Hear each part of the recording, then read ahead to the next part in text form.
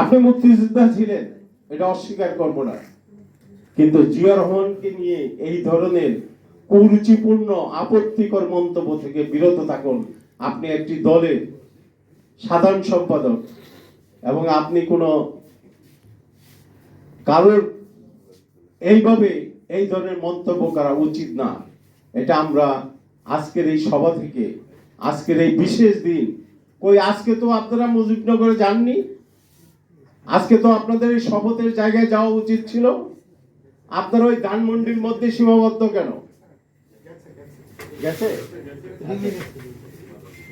যাই হোক, সরি, যে থাকলে ভালো, ধন্যবাদ জানাচ্ছি আজকের এই দিনটিকে বেছে নেওয়ার জন্য। এর আগে গিয়েছে কিনা আমার জানা নেই।